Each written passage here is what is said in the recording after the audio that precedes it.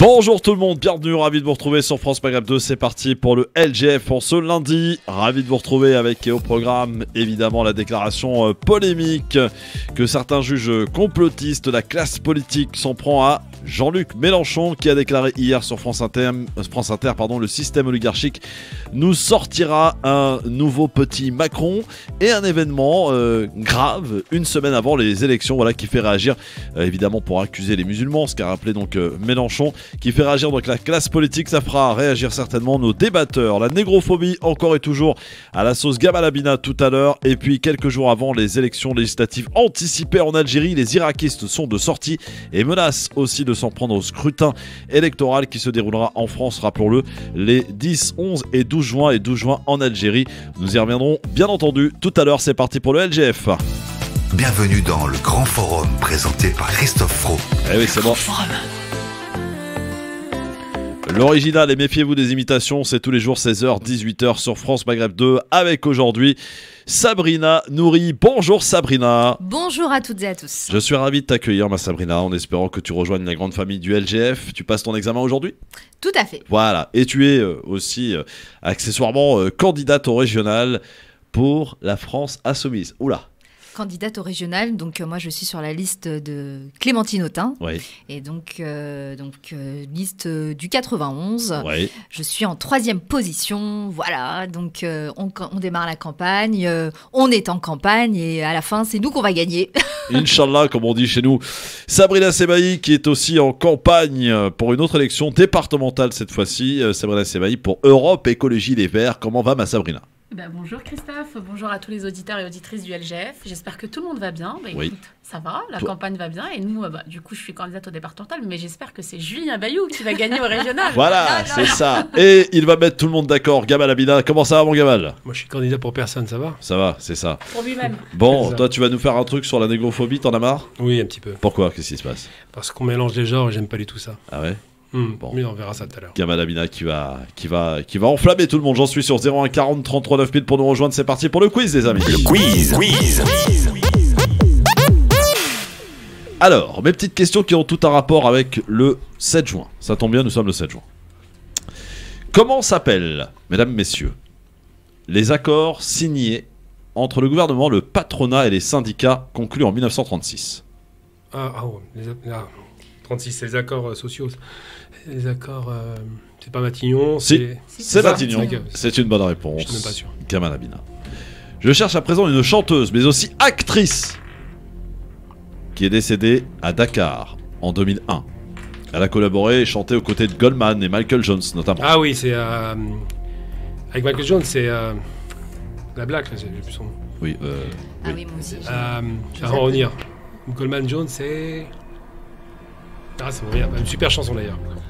Plusieurs chansons, ils ont fait un album. album, Oui, une en particulier carrément, qui était très bien, qui parle d'Afrique du Sud et tout ça, c'est très sympa. Jones, c'est... Je me rappelle plus de son nom. Carole. Frédéric. Carole Fredericks, effectivement, bonne réponse. Gamal Abina, j'étais un peu soufflé. Hein. Ouais, beaucoup. Je cherche à présent un homme politique français. Il est mort en 2013. Il fut Premier ministre sous François Mitterrand et maire de Lille. Maire de Lille ? Oui. Oui, c'est Rocard. Pas du tout. Pas du tout. Alors c'est maire de Lille, tu as dit ? Oui. Qui était Premier ministre, Monroy peut-être ? Monroy, exactement. Pierre Monroy, bonne réponse.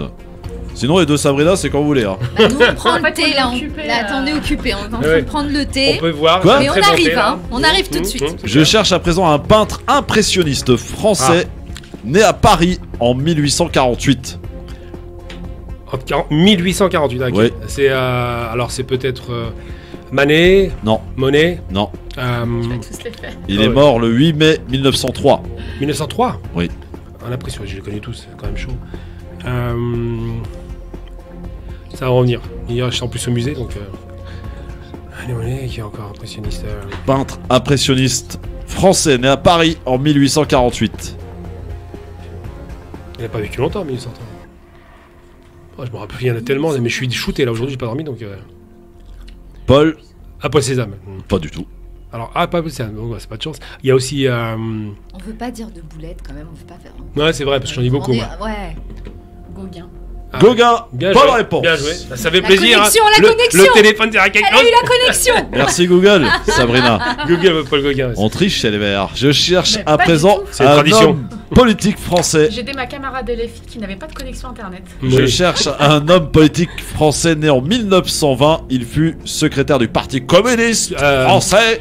Comment ça, c'est un scandale. Oui, Ouais, Georges Marchais. Georges Marchais. Marchais. Et il est mort le 9 novembre 1997. Il a Vous dit êtes sûr que vous avant faites de moi. la politique, Il vous, l'a là dit avant moi, mais Oui. bien sûr, Georges Marchais.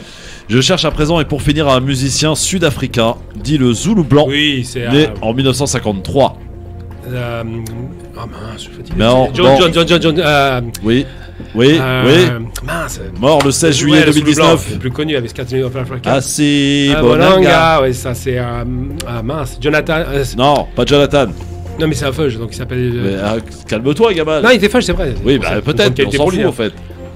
C'est pour ça que je dis Jonathan, parce que Oui. c'est diminutif de son nom. C'est. Nsavoka, son groupe, c'est chaud. Hein. Il faut du temps pour que ça remonte. Hein. Oui, bah oui, Il je vois ça. fatigue. Le cerveau, Ouais, ça a il du a mal mal, aujourd'hui. tu Johnny Clegg. Johnny Clegg Et est son une vrai nom, c'est bonne Jonathan réponse. Clegg. Voilà. Bonne réponse, victoire incontestable Bravo. de Gamal Abida. Bravo, sous vos Bravo, applaudissements bravo. nationaux. Bravo. Voilà. Je vois que ça prépare la campagne. Hein. Ah bah attends, évidemment. Allez, le grand forum dans un instant. Jean-Luc Mélenchon est de nouveau sur la scène. Désolé Sabrina Nourri, c'était pas prévu, mais en même temps, il n'avait pas prévu. Enfin, C'est vrai, il n'avait ce pas n'était prévu pas qu'il prévu. fasse une déclaration de la sorte la veille de ta venue dans le LGF. Et pourtant, c'était sur France Inter hier.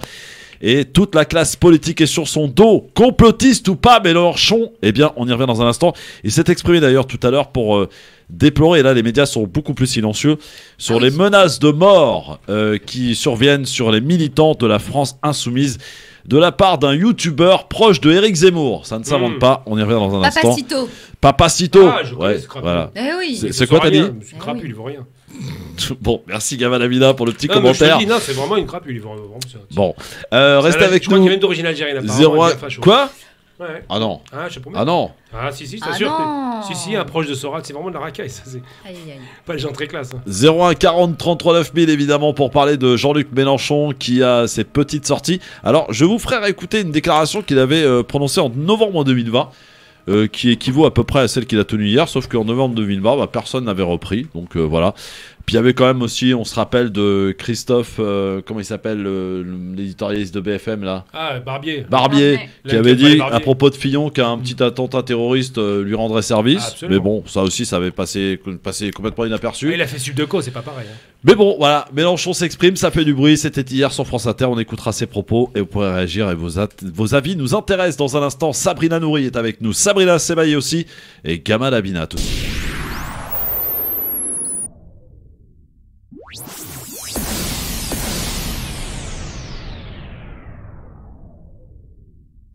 France Maghreb 2, France Maghreb 2. Le grand forum, merci d'être avec nous. Avec aujourd'hui Sabrina Nourri qui est avec nous, Sabrina Sebaï et Gamal Abina qui sont avec nous. Et on a une petite surprise, les amis. Petite visite de quelqu'un que vous connaissez si vous êtes assidu du LGF, le grand forum. La belle histoire nous fait un petit coucou. Comment ça va, la belle histoire? Bonjour à toutes et à tous, j'espère que vous allez tous bien. J'ai voulu faire un petit coucou très très rapide pour saluer toi Christophe déjà dans un premier temps, C'est l'ensemble gentil. des équipes de France Maghreb 2 et puis les deux Sabrina et Gamal bien évidemment. Je vous fais toutes mes amitiés. Eh ben, c'est gentil. Comment ça va, la belle histoire? Ça y est, t'as pris le boulot et tout, ça se passe bien? Bah écoute, je suis pas très loin de vous puisque je suis en plein Paris, à Paris 13. Ah oui. Donc je travaille à la mission locale de Paris, donc voilà, donc tout va bien, on m'accueille très bien et beaucoup de boulot pour nos jeunes de 16 à 25 ans qui ont besoin de nous, donc on fait le travail au maximum. Eh ben, c'est super, en tout cas la belle histoire, je t'embrasse très fort et puis hâte de te Merci retrouver. On va trouver la formule idéale pour que tu puisses venir nous afficher ton talent que bon nombre d'auditeurs ont salué et continuent de saluer d'ailleurs. Merci beaucoup la belle Absolument. histoire. Merci beaucoup, vous me manquez beaucoup et puis à très très vite. À très très vite. Merci beaucoup la belle histoire. Allez, il va nous écouter aujourd'hui. Voilà, vous avez intérêt d'être bon. Bon, alors, on va parler maintenant de ce qui s'est passé hier sur France Inter. C'était Jean-Luc Mélenchon qui était l'invité d'Ali Badou et donc de la rédaction de France Inter, mais aussi de France Info. Et évidemment, au cours de cet entretien, il y a eu plusieurs déclarations, dont une qui a fait beaucoup de bruit hier. Je vous propose de les réécouter, peut-être, hier. Donc, c'était aux alentours de 12h20. Mélenchon s'exprime et évidemment, des déclarations qui ont été reprises dans toute la presse. Écoutez Jean-Luc Mélenchon. Pitié, représentez-vous. Parce que lui, on aura de quoi dire. Si on nous en ramène encore un autre... représentez-vous. Mais écoutez, moi j'espère qu'il se présente, parce que celui-là, il aura un bilan, on pourra dire, voilà ce que vous êtes capable de faire, et puis voilà ce que vous avez prévu de faire. Tandis que sinon, on nous en sort un autre du chapeau, un autre petit Macron, qui est là, bon, tous les autres sont allés souffler dans les voiles pour parler des voiles, et puis, tout d'un coup, ça vous fait un type, on ne sait pas qui c'est, pouf, qui se fait élire président. Il reste très peu de temps, Françoise Fressoz. Vous pensez à qui, là? Je ne le sais pas, mais c'est le système qui l'invente. La dernière fois, Macron, il est arrivé au dernier moment. Là, ils vont peut-être en trouver un autre. Mais à chaque fois, ils en trouvent un. Dans tous les pays du monde, parce que voyez-vous, la différence avec d'autres, c'est que je voyage et je regarde. Dans tous les pays du monde, on a élu des petits Macron. Il s'appelait Macri en Argentine. C'était un comédien en Uruguay. C'était en Ukraine un type qui jouait dans une série de télévision. Dans tous les pays du monde, ils ont inventé un type comme ça, qui sortait de rien et qui était porté par un système oligarchique. Eh bien, nous aurons... ils sont capables de refaire... On ne va pas revenir sur le mot système. En ce moment, il y a plein de gens qui disent « Mélenchon pense comme moi ». Bah oui, bien sûr, on les a vus à l'œuvre. De même que vous verrez, pardon, je termine là-dessus, vous verrez que dans la dernière semaine de la campagne présidentielle, nous aurons un grave incident. Alors ça a été ou un meurtre, ça a été Mera en 2012, ça a été l'attentat la dernière semaine sur les Champs-Élysées. Vous vous rappelez de tout ça? C'était la dernière semaine. Avant, on avait eu Papy-Voise, dont plus personne n'a jamais entendu parler après.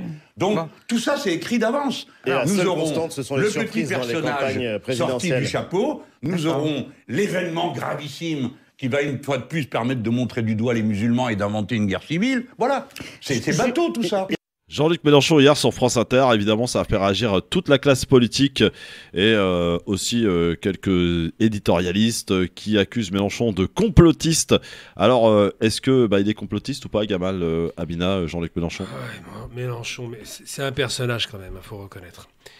Ça, c'est des propos extrêmement complotistes qui sont mal dits. Il dit des choses justes, mais il les dit tellement mal qu'on a l'impression que c'est du complotisme. Alors effectivement, quand il parle de l'oligarchie, c'est indiscutablement des produits de la banque, de la finance et des acteurs économiques dont on ne parle jamais. On parle des chefs d'entreprise, des grands chefs d'entreprise et du CAC 40. Ça, c'est vrai.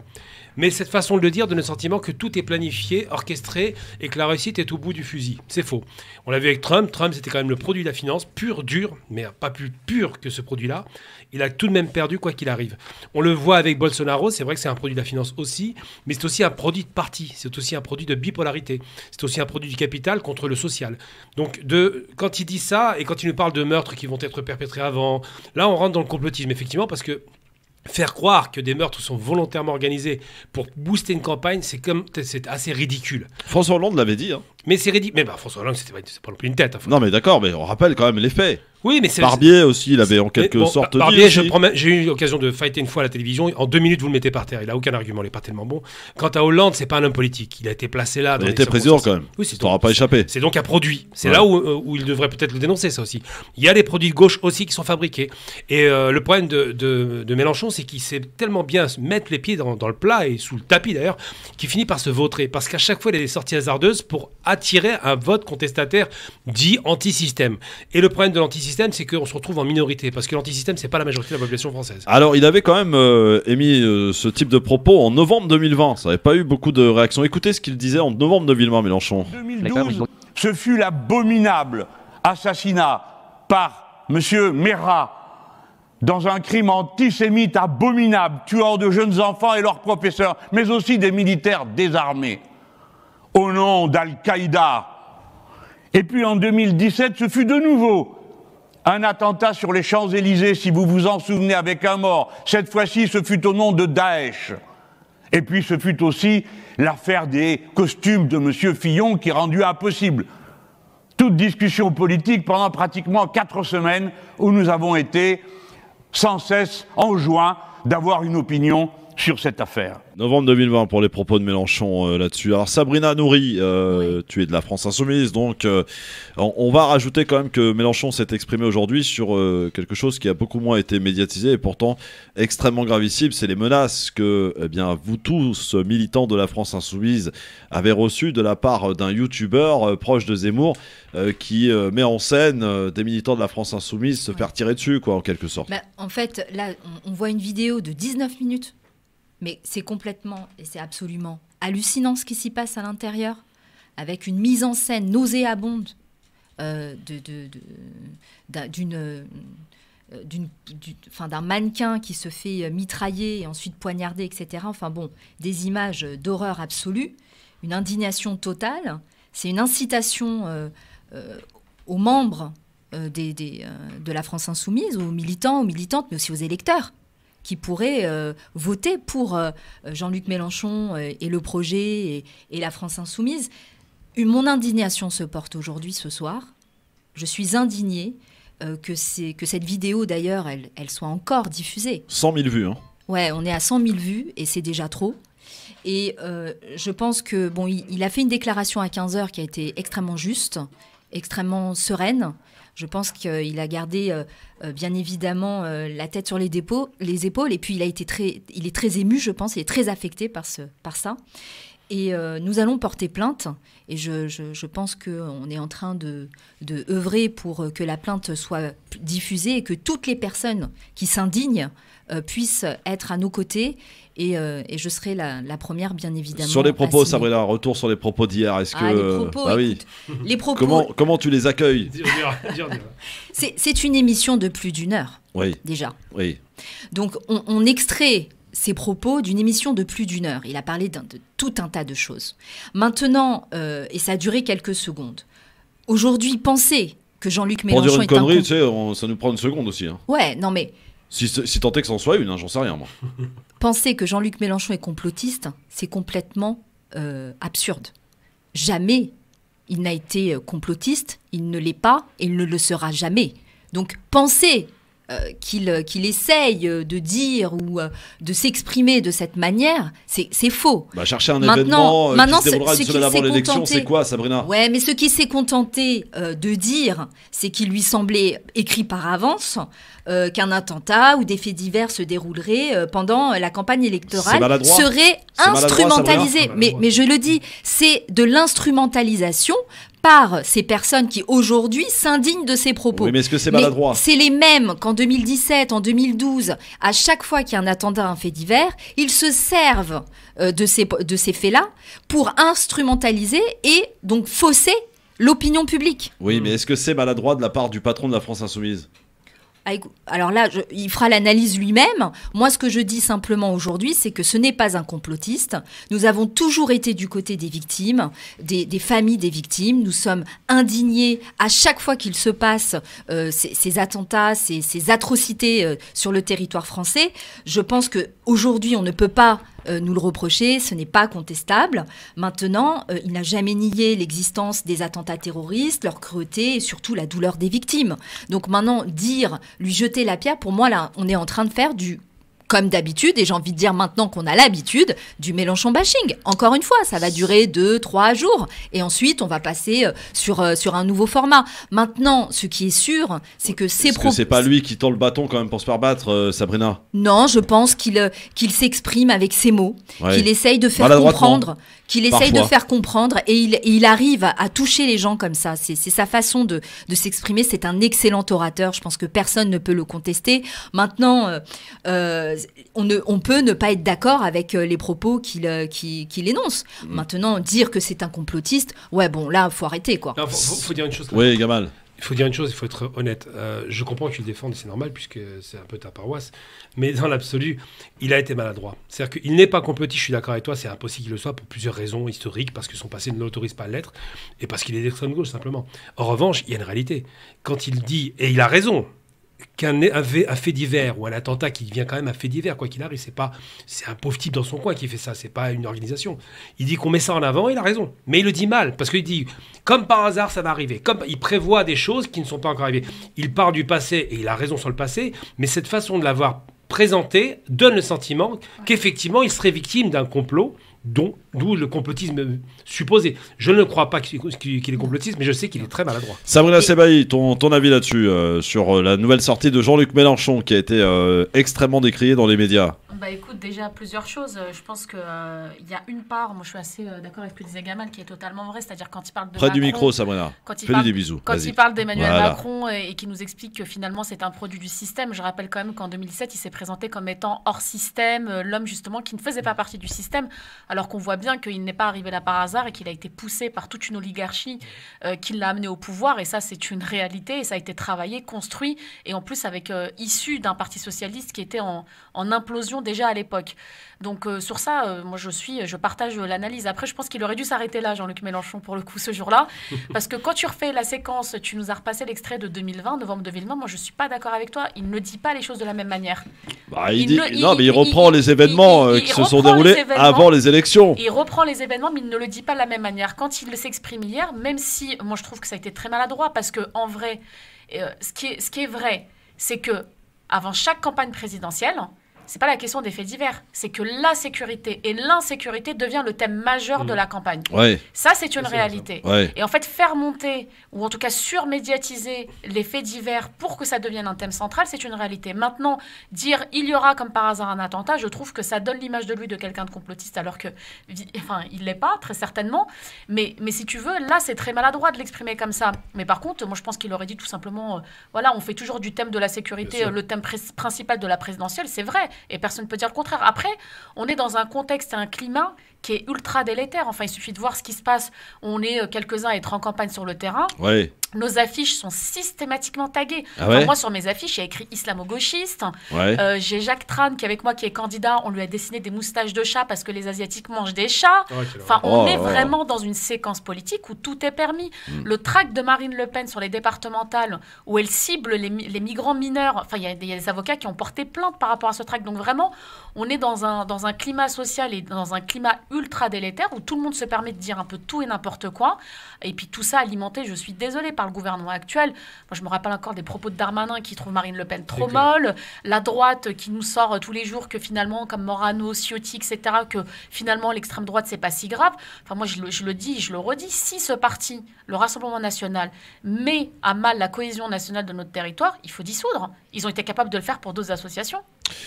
On a Karim. Oui, Sabrina, non, mais tu moi, voulais rajouter un je truc. voulais juste rajouter qu'on est en train de dédiaboliser, et ça fait maintenant quelques années, les dernières années que ça dure. On est en train de dédiaboliser Marine Le Pen et tous les propos qu'elle... Aujourd'hui, elle fait une interview à midi, heure de grande écoute.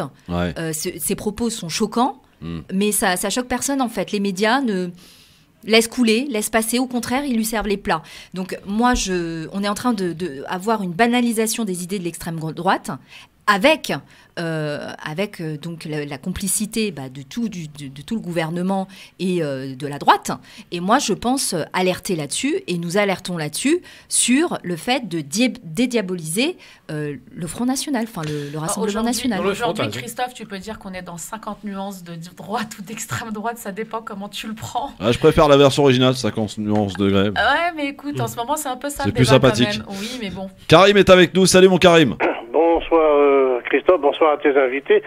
Une petite parenthèse pour dire que moi, si tu veux, moi je vote Mélenchon non pas pour son programme économique, parce que j'ai l'impression d'entendre des fois lutte ouvrière, parce que c'est bien tout ce qu'il dit, mais bon, dans le monde cruel dans lequel on est, complètement capitalisé, financiarisé, c'est impossible. Mais Mélenchon, il dit la vérité. Il dit que dans ce pays, on fait du mot immigré un synonyme d'insécurité, on secoue un petit peu et on dit que tout ça c'est l'islam. C'est le seul à avoir dénoncé en France, même s'il n'y a pas, effectivement en France, il n'y a pas de loi spécifique pour les musulmans, de dénoncer des usages et des comportements et des manières de faire qui entretiennent les discriminations. C'est le seul, je répète, le seul à avoir dit que la loi, comment il appelle ça, la dernière loi, séparatiste, était une loi strictement contre les musulmans. Et je vois pas pourquoi quand on dit que quelque chose est anti-juif, tout le monde dit que oui, c'est de l'antisémitisme, et alors il n'y a plus de discussion. Quand on dit que quelque chose est anti-musulman, eh ben, t'as la 3/4 des gens qui disent mais non, arrêtez, vous jouez les victimes, etc., etc. Moi, je pense que il met les pieds dans le pas, il dit la vérité, Et je comprends pas, encore une fois, même si j'ai une petite tête pour pas comprendre grand-chose, je comprends pas que les gens qui combattent l'islamophobie, les gens qui se sentent discriminés dans ce pays, les gens qui sentent, comme il l'a dit un gars aujourd'hui sur RMC, qu'il y a une haine anti-musulmane, je comprends pas qu'ils votent pas pour ce type-là. C'est le seul. Même les Verts, maintenant, ils refusent de dénoncer les violences policières. Ils se sont petite attaque à Sebaï. Oui. Il n'a pas tort. Il n'a pas tort. Il n'a pas tort, nous dit Sabrina. Attends, bouge pas, Karim. Sabrina Sebaï, tu peux répondre, évidemment. T'as été mis en cause, là. Les Verts. Sur les violences policières, c'est absolument faux. Mais la chèvre et le chou tout le temps. Très sincèrement, c'est absolument faux sur la question de la dénonciation des violences policières. Donc je peux vraiment, moi je comprends pas d'où ça sort. Et après, sur la loi séparatisme, je suis désolée de rappeler que malheureusement, il n'y a aucun député EELV aujourd'hui à l'Assemblée nationale. Voilà, c'est aussi la stricte réalité. Moi, j'ai entendu. Est-ce que je peux vous écouter, Christophe? Oui, Karim. Mémoire. Oui. Je sais. Comment il s'appelle, Philippe Bouriaki? Oui. Le jour, je l'ai entendu, mais je croyais qu'on l'avait drogué. Il était là à défendre les policiers en disant que c'était les jeunes qui étaient des branleurs et c'était les jeunes qui étaient violents. Tu te souviens? Mais oui, mais enfin. ce jour-là.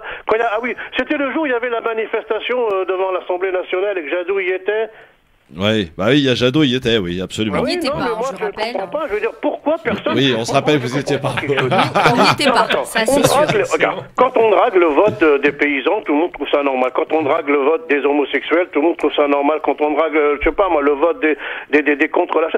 Et à chaque fois que quelqu'un veut draguer les musulmans, tout de suite, c'est anti... C'est là où on a un désaccord. Je ne pense pas qu'il y ait un vote communautaire, ça n'existe pas en France. Écoutez, moi, ah bon? c'est simple. Ah ben non, mais attends, mais là c'est grave de dire ça. Je considère des Français comme les autres, j'ai envie qu'ils aient les mêmes droits et j'en ai marre, comme disait Thomas Guédolé, j'en ai marre que tous les matins les hommes politiques se lèvent en ayant une seule envie, c'est de piétiner la gueule des musulmans. Les musulmans, ils ont exactement les mêmes droits, donc ils ont le droit de voter ce qu'ils veulent aussi, quoi. Bon, merci mon Karim. Et j'en profite puisque tu parles de Thomas Guédolé qui sera bel et bien de retour avec nous en septembre, puisque là il est en train d'écrire un livre. Parce que c'est quelqu'un de bien. Et il part en vacances, m'a-t-il dit, pas plus tard que tout à l'heure. Donc il m'a dit, je serai avec toi en mois de septembre, mais là pour l'instant j'écris mon livre. Voilà, merci beaucoup. Christophe, tu vas voir que ça va enrichir le débat. Mec. Ah bah ouais, mais Thomas Guénollet, Alexis Poulain nous ont rejoint. On a une belle équipe qui va se... Voilà. Allez, merci. Salut mon Karim, 01 40 33 9000. Qu'est-ce que t'as pris, Sabrina, là? Oh là là là là là. En plus, c'est totalement injustifié, très sincèrement, parce que, à la limite, je vais te dire, si on avait des députés aujourd'hui qui auraient pu prendre position sur ces textes de loi, on pourrait dire, ouais, les écolos sont laxistes, machin, etc. C'est pas le cas, déjà d'une part. De deux, je pense qu'on a toujours été très clair sur les violences policières. D'ailleurs, je vous rappelle quand même que la plupart des militants qui ont été mis sous contrôle au moment de la COP21, c'était des militants écologistes. Donc on ne peut pas venir nous dire en fait qu'on n'est pas concerné par ces questions-là. On a été les premiers. Je rappelle Rémi Fraisse. Enfin, vraiment, venir quand même nous dire que nous, on défend, on fait comme si ça n'existait pas. C'est vraiment, déjà, c'est un mensonge et en plus, c'est honteux, quoi. Donc, enfin voilà. Après, sur le reste, on aura l'occasion de débattre de fallait-il aller ou pas à la manifestation. Chacun, je pense, a son avis sur la question. Je parle de celle des policiers, bien sûr. Il y a une autre manifestation samedi. Je pense que c'est important d'être nombreux à celle-ci. Donc, c'est quoi cette manifestation? C'est pour les libertés contre l'extrême droite. Donc, je pense que celle-ci, il faut être absolument, faut être nombreux pour dénoncer ce qui est en train de se passer dans notre pays, quand même. Donc voilà, il y a plein de sujets aujourd'hui sur lesquels on devrait plutôt tous se mettre du même côté pour se battre. Et en fait, voilà, on a des gens qui viennent taper sur l'un, cajoler l'autre, etc. Enfin, c'est pas comme ça qu'on va réussir. Hein. Ouais. Bon, Sabrina Nouri, qu'est-ce que t'en penses de tout ça? Karim, là, qui vote Mélenchon, pas pour le programme économique, nous a-t-il dit. Ah. Mais le programme est vaste. Après, chacun s'y retrouve. Il y en a, ils vont voter parce que le volet scientifique est en avance. Il y en a qui vont voter parce que le volet féministe propose des mesures concrètes pour arrêter tous les féminicides. Bref, chacun... vote comme il l'entend. Maintenant, moi, ce que je voudrais dire, c'est que Jean-Luc Mélenchon a fait ses propos, certes. Maintenant, il faut être clair, on est à 1 an de l'élection présidentielle. Oui. 1 an. Oui. Donc maintenant, ça va commencer à s'agiter. Mais est-ce que c'est peut-être pas l'élection de trop pour Mélenchon, Sabrina Nouri? Je vous l'ai dit déjà, il est prêt. C'est un peu autoproclamé quand même. Non, c'est pas. Non, il a fait ce qu'il avait à faire. Je pense qu'il a été extrêmement intelligent d'avoir commencé tôt. Parce que l'avenir en commun de 2017 est toujours en phase d'amélioration. On peut le mettre sur la table. On l'a déjà proposé à le remettre sur la table pour des discussions de fond sur le programme. Moi, je pense qu'il est prêt. Depuis maintenant 4-5 ans, à l'Assemblée nationale, tous les 17 députés ont fait un travail extraordinaire. Vous n'avez failli en avoir 18, mais ça a été loupé. Je l'embrasse très très fort, ma Danielle Simonet. Ça a été très très courageux de sa part. Elle a fait une excellente campagne. C'est passé de peu maintenant. La candidate soutenue par le système. La candidate soutenue par La République En Marche, c'est moyen pour... C'est moyen. Mais en tout cas, voilà, il est prêt. Mais moi, ce qui me dérange un peu, ça, voilà, je vais te dire honnêtement les choses, Mélenchon qui se gargarise comme étant le défenseur des musulmans et pourtant qui n'hésitait pas à dire et parler de torchon en parlant du voile. Alors, il ne se gargarise pas de dire que c'est le défenseur des musulmans. La justice, tout simplement. Mais la justice, ce n'est pas que pour une catégorie de personnes. On peut pas être juste avec une catégorie de personnes et laisser les autres. C'est la justice pour tout le monde. S'il voit quelque chose d'injuste, eh bien, il le dit. Et comme dit l'auditeur qui vient de nous dire, il dit la vérité. Oui, ça, c'est normal, c'est un militant de la France Insoumise. Si les musulmans sont mis à mal et sont stigmatisés systématiquement par des attentats ou des faits divers, etc., eh bien, Jean-Luc Mélenchon le dit, c'est injuste. Il faut rétablir la justice pour tout le monde. Pour les musulmans, que ce soit pour les juifs ou pour d'autres communautés. Ce n'est pas qu'on est en train de draguer une communauté. Ah non, pas du tout. Ah non, pas du tout. Ah non, je regrette. La communauté musulmane, est-ce qu'elle... tiens, Gamal, la question. Est-ce que c'est une communauté qui votent en général? Non, la communauté musulmane vote très peu. Alors on n'est pas en train de les draguer. On veut juste la justice. Et je pense que c'est important que nos concitoyens, qui sont issus de l'immigration ou pas, se sentent chez eux et respectés. Et je pense que Jean-Luc Mélenchon est effectivement le seul à dire qu'il faut qu'il soit respecté, que ce soit le milieu social dans lequel il vit, que ce soit les conditions, le quartier dans lequel ils vivent. Ils n'ont pas à subir soit des violences policières ou des discriminations au faciès. Je pense pas que ce soit le seul à le dire. Mais en tout cas, peut-être qu'il le dit plus fort que les autres, je ne sais pas. Là c'est bon mot. Mais c'est l'un des seuls. Alors c'est l'un des seuls. Tu me diras peut-être qui d'autre, mais c'est l'un des seuls en tout cas à le dire et beaucoup de gens le respectent. Moi je mets au défi tous les gens qui prétendent être honnêtes et avoir un discours cohérent. Je les mets au défi de venir pour les 60 ans du 17 octobre qu'on organise. Les 60 ans des crimes policiers sur la population qui était devenue française d'Algérie, donc les Algériens, qui ont été tués à hauteur de 300 personnes, dont une jeune fille de 14 ans qui s'appelait Fatima Bédar. Je mets au défi Mélenchon, comme Jadot et comme tout, quoi qu'ils ont fait un petit effort. Les Verts, il faut reconnaître qu'ils sont venus pour lui, mais déjà, c'est un bon début. Je les mets au défi de venir ce jour-là, parce que là, je vais être sans concession. La manifestation des policiers était de la part des politiques, quels qu'ils soient, indignes. Leur présence n'aurait jamais dû être sur place. Il n'aurait jamais dû montrer le soutien à la police parce que la police est un corps d'État constitué comme l'armée. Mélenchon n'y était pas. Mais c'est pas le problème qu'il y soit ou pas. Le problème c'est que j'entends bien que c'est problème. C'était très important. J'entends bien qu'il n'y soit pas, c'est normal. Ce que je veux dire, ce qui est problématique, c'est ceux qui ont voulu y aller pour montrer patte blanche. Là, ça s'appelle de la lâcheté politique.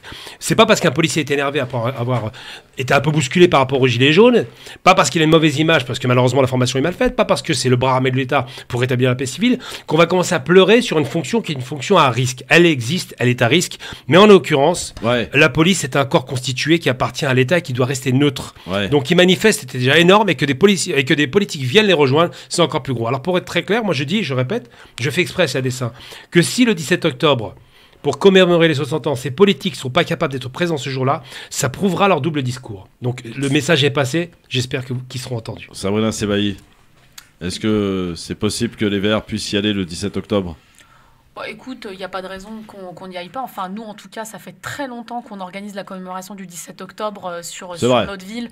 Donc, on n'a pas du tout de difficulté là-dessus. Le 8 mai, justement, tu fais bien de le rappeler, Julien Bayou était présent à Nanterre pour le 8 mai 45, pour l'autre 8 mai 45. Donc, on n'a pas de difficulté avec cette question, avec notre passé et le fait de regarder notre passé en face. Il n'y a aucune difficulté de notre côté. Mais le fait d'avoir été cette manifestation, Sabrina, franchement, c'était une connerie, non ? En fait, c'était pas... c'était pas une manifestation pour défendre la police, c'était les syndicats de police qui sont venus aujourd'hui faire leur numéro, quoi. Si tu veux, la difficulté dans laquelle on était, c'est qu'il y a eu des appels des plusieurs syndicats en fait de la police, donc appelant à venir se mobiliser suite au drame des policiers qui avaient été tués. Donc il y a une partie, si tu veux, des écologistes qui disaient il faut y être parce que c'est vrai que la police, elle subit ce qui a été vécu, c'est-à-dire le fait que, qu'il y a eu des policiers qui ont été tués en exercice de leur fonction, donc il fallait les soutenir. Et il y a une partie qui n'était pas d'accord. Mais après, aujourd'hui, dire il fallait y être, il fallait pas y être, moi très franchement, moi je n'y aurais pas été. Et d'ailleurs, je n'y suis pas allée. Mais c'est mon opinion à moi, c'est-à-dire que moi je considérais qu'aller manifester devant l'Assemblée... C'est-à-dire que tu peux faire partie d'un parti, mais ne pas forcément être d'accord avec tout non plus. Mais bien sûr, de toute façon, tu sais, chez ELV, on est assez libertaire. Donc, c'est un parti qui est très horizontal et démocratique. Donc, c'est aussi l'une des beautés de ce parti qui nous permet à chacun d'agir en son âme et conscience. Donc, maintenant, aujourd'hui, il y a eu des débats. C'est vrai qu'il y a eu des débats très importants au sein de notre mouvement sur cette question-là. Il y en a qui ont fait le choix d'y être en pensant que c'était juste parce qu'il ne fallait pas laisser l'extrême droite seule aux côtés de la police, en disant attention, ça va être une récupération totale et du coup, en fait, on va assimiler complètement le fait que la police aujourd'hui en France, ça soit l'extrême droite qui ait la main mise dessus, donc il fallait aller les soutenir. Et on a d'autres qui considèrent qu'il ne fallait pas y être et qu'il y avait d'autres manières de les soutenir. Dans un instant, on va parler de la négrophobie avec Gamal Abina, mais juste auparavant, on fera un petit tour sur ce qui s'est passé ce matin sur RMC. Bourdin recevait Madame Marlène Schiappa. D'ailleurs, petite info à propos de Marlène Schiappa. Vous savez qu'on est un petit peu dans les coulisses de ce qui se passe et il se pourrait donc un remaniement après les régionales et les départementales. C'est prévu pour le mois de septembre visiblement. Ce serait le dernier gouvernement avant l'élection présidentielle. Et alors, vous savez qu'elle est très très très décriée au sein du gouvernement, Marlène Schiappa. On dit d'ailleurs qu'il y a des ministres fatigants et des ministres fatigués. Et Marlène Schiappa fait partie des ministres fatigants. Beaucoup de secrétaires d'État et des ministres, aussi même Darmanin, serait un peu énervé face à Marlène Schiappa qui se mêle de tout et qui parle trop fort, un peu plus fort que les autres. Et il y en a marre. Et ce matin, elle a parlé de Kiba Domila. On y reviendra dans un instant, à tout de suite. France Maghreb 2, France Maghreb 2. Le LGF, le grand forum avec Sabrina Nouri, avec Sabrina Sebaï et Gamal Abina. Avant de parler de la négrophobie, on en a beaucoup parlé la semaine dernière. Au vu de ce qui s'était passé à Cergy, Gamal souhaite y revenir. Avant aussi de parler des élections législatives anticipées qui se dérouleront pour les Algériens résidant en France les 10, 11 et 12 juin prochains, c'est-à-dire jeudi, vendredi, samedi. La campagne se terminant aujourd'hui d'ailleurs. À partir de ce soir, plus aucun candidat n'a le droit de s'exprimer. Bien entendu, on parlera de ces Irakistes qui essaient de mettre la pression. Ils étaient encore assez nombreux du côté de la place de la République hier. À Paris, ils ont voulu d'ailleurs faire une marche du côté de la Bastille, ça leur a été interdit. Pour leur retour sur cet invité de ce matin de Bourdin, Marlène Schiappa, qui fait beaucoup parler d'elle. Et elle a voulu parler de Mila. Je crois savoir que vous êtes en relation permanente avec ses parents. Absolument. Et ça veut dire quoi? Ça veut dire que vous allez l'aider à... s'accomplir dans la vie, je ne sais pas, l'accompagner. Moi, j'aide Mila depuis le début dans la mesure de mes possibilités. Oui. Déjà, vous êtes en dialogue avec elle, Oui, bien sûr, avec sa famille. Elle m'a offert un portrait pour mon anniversaire, parce que c'est une artiste également, Mila. Oui. Et voilà, moi, je soutiens Mila dans le respect, bien sûr, de la séparation des pouvoirs. Donc, je ne me prononce pas sur le procès qui est en cours, mais de façon empirique, et je l'ai dit à de nombreuses reprises, je soutiens cette jeune fille qui se trouve dans une situation terrible, qui doit vivre sous protection policière, qui est menacée de mort et qui est empêchée de s'accomplir dans la vie parce qu'elle a des hordes d'islamistes qui se sont ligués contre elle sur les réseaux sociaux pour avoir fait des blagues qu'on peut apprécier ou non. C'est du sacrilège pour certains. C'est pas un sacrilège. Est-ce que ça mérite? Vous voyez, je trouve que dans notre... Je pose la question. Je vous réponds. Est-ce que vous pouvez comprendre qu'on soit choqué? Bien sûr que je comprends qu'on soit choqué. Mais de la même manière, je comprends qu'on soit parfois choqué par des unes de Charlie Hebdo. Mais Monsieur Bourdin, moi je crois au dialogue, je crois à l'état de droit. Je pense que la réponse à tout ne peut pas être la menace de mort. Et je le déplore parce que j'en suis moi-même victime des centaines de fois par jour sur les réseaux sociaux. On est un responsable politique, on va prendre une position. Au lieu d'avoir comme réponse « je ne suis pas d'accord avec vous et voilà pourquoi » et parlons-en et peut-être qu'on va s'écouter, on a comme réponse des insultes, des injures, des menaces de mort immédiatement. Je crois qu'il y a une dangerosité du débat public où on va directement à la menace de mort et les réseaux sociaux ont une immense responsabilité. J'accuse Twitter de ne pas en faire assez contre la haine en ligne. Nous avons renforcé les moyens de Pharos. Nous avons créé une unité de contre-discours républicain pour contrer les discours islamistes sur les réseaux sociaux. Il y a des réseaux sociaux qui avancent. Je pense à Facebook notamment, qui fait un travail engagé sur ce sujet. Je le salue. Mais Twitter, trop souvent, n'est pas au rendez-vous. Marlène Schiappa qui accuse Twitter de ne pas en faire assez. Qui veut répondre à Marlène Schiappa? Déjà, qu'elle parle un peu le français, ça nous arrangerait. On dit pas peut-être on va, mais peut-être que l'on va. Il manque des mots dans sa façon de s'exprimer. Plus sérieusement, Marlène Schiappa a une obsession en ce moment, qui est les islamistes. Apparemment, c'est hyper porteur. Le seul problème, c'est que l'obsession des Français, c'est pas les islamistes, c'est la sécurité alimentaire, c'est la sécurité du travail, c'est la sécurité économique, c'est la sécurité pour l'avenir. Et quand il n'y a pas de sécurité dans l'avenir, on cherche un bouc émissaire. Alors évidemment, il y a eu des attentats qui n'ont pas été très glorieux et qui ont donné le sentiment que la société allait mal, et c'est vrai que ça va pas bien quand il y a des attentats, mais ça n'est que l'expression violente d'un malaise généralisé. Ouais. Et malheureusement, c'est facile de dire, on parle d'une gamine de 16 ans qui insulte tout le monde, qui était outrancière, et on parle de liberté d'expression. Non, la liberté d'expression s'arrête à l'insulte. C'est-à-dire que ça, normalement, ça doit être poursuivi. En l'occurrence, comme il y a des imbéciles qui ont été dans la violence aussi verbale et qui l'ont menacée, elle passe à nouveau pour la victime. Sauf que si on avait dès le départ stoppé cette outrance, il n'y aurait pas eu la possibilité d'une expression violente de l'autre côté. Donc il faut arrêter directement l'incendie à la source.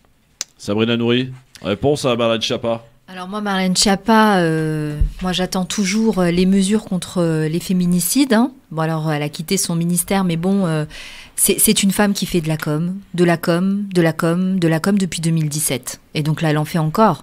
Donc moi, je suis pas du tout surprise par cette interview, je suis pas du tout surprise par ses propos finalement. Et vivement 2022, j'ai envie de vous dire. Sabrina Sévaï.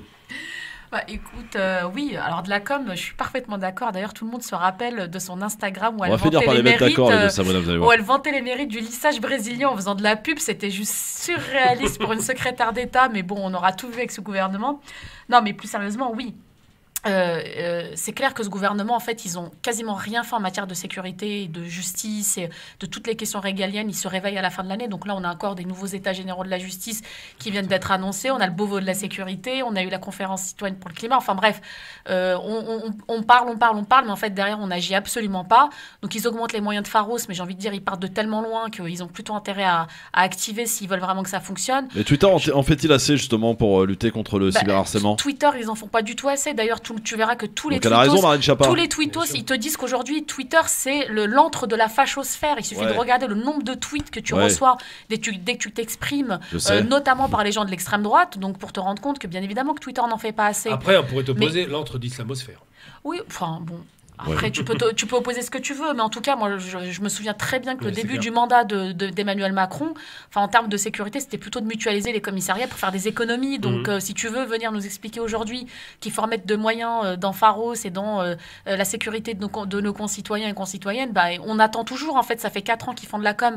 Peut-être qu'ils vont faire quelque chose avant la fin du mandat, ou peut-être que grâce aux assises, au Beauvau, etc., ils préparent déjà le projet pour 2022 en faisant travailler les citoyens. Karim de Montreuil, salut. Salut Karim. Allô? Oui, bonjour. Bonjour Christophe. Ouais. Moi je voulais, ça parlait de la gauche à un moment là, je voulais intervenir vite fait brièvement. Ouais. Il y a des représentants de la gauche sur le plateau? Oui, il y a que de ça, des islamo-gauchistes. Non, pas que. Vas-y. Alors la gauche nous l'a mise dans les quartiers. La gauche nous l'a mise dans les quartiers. Touche pas à mon pote mais émancipe ma sœur. C'est un beau slogan. Ouais, c'était il y a 20 ans, hein. Enfin il y a 30 ans même. Touche pas à mon pote, mais émancipe ma sœur dans les quartiers. Et puis comme par hasard, à l'arrivée de la gauche, l'explosion du trafic du cannabis en cité, comme par hasard. Donc voilà, moi je me sens plus de droite que de gauche en fait. Parce que la gauche, elle nous l'a mise en fait. Très bien. Elle nous l'a mise. On était à chaque fois on était le joker de la gauche, quoi. Il y en a marre, quoi. Voilà. Merci à toi, merci de ton avis. Voilà, c'est une opinion comme une autre. Voilà. Bon, je sais pas si la gauche est responsable de l'explosion du cannabis en France. C'est pour ça qu'il faut voter écologiste. Nous, on est pour la légalisation, ça ira. Mais vous êtes de gauche. C'est encore pire. Vous êtes de gauche. Vous êtes de gauche, ma chère Sabrina. Non, mais je pense que c'est quand même subtil ce qu'il dit. Faut pas rejeter parce qu'en fait, quand il parle de la gauche, il parle bien sûr du Parti socialiste. Faut pas se mentir. Ouais. Et quand il dit qu'il est de droite, je pense qu'il fait allusion à certaines parties, certaines années du sarkozysme avec l'émancipation positive, etc. Mais moi j'ai envie de lui dire que c'est possible qu'il y ait une alternative. Ouais. Mais une alternative qui marque une rupture radicale. Avec quelqu'un qui a été 20 ans au Parti Socialiste. Avec toutes les politiques confondues qui sont passées, que ce soit PS, droite confondue, il y a un marqueur qu'il faut mettre dès 2022 avec une position et une politique de rupture radicale avec ce qu'il s'est Rupture avec un mec qui a été 35 ans au Parti Socialiste, Sabrina. Rupture. Franchement. C'est dur. Non mais Sabrina, pardon, mais c'est factuel. Non mais il y est plus. Oui, bien sûr, il y est plus, on a bien compris. Dans un instant. La rupture, c'est le projet écologiste, je vous rassure. Là, bon ouais, calmez-vous là, on n'est pas en campagne ici. Dans un instant, la négrophobie avec Gamal Abina sur France Maghreb 2, juste après les rappels de l'actualité à 17h04. Bah oui, sur France Maghreb 2, on est à l'heure de l'Algérie. À tout de suite. Bonsoir à tous. De retour à 18h. France Maghreb 2, France Maghreb 2. France Maghreb 2, service, info, musique, divertissement. France Maghreb 2. France Maghreb 2. Bon bah Mélenchon a présenté ses excuses, voilà, tout va bien, tout rentre dans l'ordre quoi. Hein ? Ah oui. On est d'accord. Ah oui. Bon, la France qui envoie une deuxième statue de la liberté 135 ans après aux États-Unis, c'est bien ça ? Pour qui ? Bah pour les États-Unis, tiens, pardi. Il y a toujours les pigeons. Par du Havre, et qui va payer ? À New York. Qui paye ? C'est toi, vous ? Ouais, moi. Les pigeons donc. Voilà. Bon, allez, Gamal Abina, qui va pas être en mode pigeon, ça je vous l'assure, puisqu'il va nous donner un petit peu son avis sur cette actualité qui, en fait, émane de ce qui s'est passé la semaine dernière, d'un jeune homme qui a eu des insultes copieusement insulté une femme qui l'a filmé et puis agressant un livreur Uber Eats. Cet individu a été ensuite arrêté, prononçant donc des mots absolument gravissimes envers les Noirs. Du coup, on parle de négrophobie et on peut aussi parler de ce qui se passe aussi au Maghreb et dans le monde arabe. Cher Gamal, il ne faut pas le nier, le racisme existe bien partout, c'est bel et bien une connerie partagée par l'ensemble du monde entier. Absolument. Alors, je ne vais pas faire du Zola, j'ai pas envie de paraphraser, ça ne m'intéresse pas. En revanche, je vais être très clair j'ai écrit un texte assez long, parce que les choses qui sont faites actuellement sont des stratégies de division qui sont extrêmement pernicieuses et vicieuses. Donc je reprends tout ce qui s'est passé, puis je vais arriver sur mes conclusions. Afin de restituer le contexte des propos que je vais tenir, je vais rappeler très succinctement les faits. Il y a 30 ans, le 30 mai au soir à Cergy, a eu lieu une altercation entre un homme se revendiquant d'origine algérienne et un livreur noir dont on ne connaît pas vraiment l'origine. Au cours de cette altercation violente, des coups ont été donnés et des propos racistes tenus à l'encontre de la victime, donc le livreur noir. Bien évidemment, je condamne de la façon la plus ferme ces propos racistes et absolument inqualifiables tenus par un imbécile, et je pèse mes mots, élevé en batterie dans la cité et dont la bêtise et les propos le disputent à la bassesse du personnage. Donc les choses sont très claires.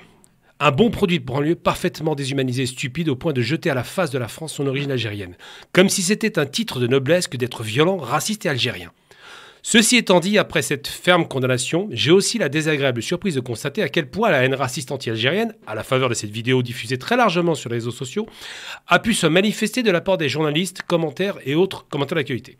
Comme si on n'attendait qu'un prétexte qui faisait suite à celui qui s'est passé pendant la qualification de l'Algérie en Coupe d'Afrique, pour manifester le fait que les Algériens et les Maghrébins, plus largement, seraient très particulièrement portés sur les thèses racistes développées au XVIe siècle, au XVIIe siècle, au XVIIIe siècle, XIXe siècle et au XXe siècle. D'un Éric Zemmour en passant par Raphaël Enthoven, qui sont, je le rappelle, d'origine algérienne, tous se trouvent à essentialiser un peuple au motif qu'un imbécile, encore une fois, a mal agi. Et on se rend compte que la caractéristique principale, globalisant donc les Algériens, c'est un principe raciste. De dire que tous les Algériens sont parce qu'un a dit, c'est du racisme. Parce que cet individu issu des banlieues pauvres de la France a tenu des propos abjects, tous les Algériens, par définition, seraient donc descendants de négrophobes. Tous auraient pratiqué la traite négrière. Je vais donc être là aussi très ferme et clair. Je condamne les propos racistes tenus par des hommes ou des femmes originaires d'Afrique qui, pour de simples raisons de complexe d'infériorité, cherchent toujours plus inférieurs à eux-mêmes de leur point de vue. Mais je condamne encore plus les manipulateurs qui ont réussi à faire monter en épingle un fait divers certes violent, mais évidemment nettement moins tragique que l'assassinat de ce pauvre Gambien 4 jours auparavant à Saint-Étienne par 3 individus d'origine arménienne, des Caucasiens donc, pour la simple et bonne raison qu'ils étaient racistes. Ça a conduit à la mort de cet homme et cette mort a été filmée. Vidéo qui a été très peu diffusée, qui n'a pas été aussi virale que, bizarrement, la vidéo avec l'Algérien, avec ce voyou de banlieue qui se revendiquait de l'Algérie. Je condamne les réseaux sociaux qui choisissent à dessein de faire une stratégie dans le but de diaboliser une communauté et de diviser ce que j'appelle moi la communauté africaine, du nord au sud.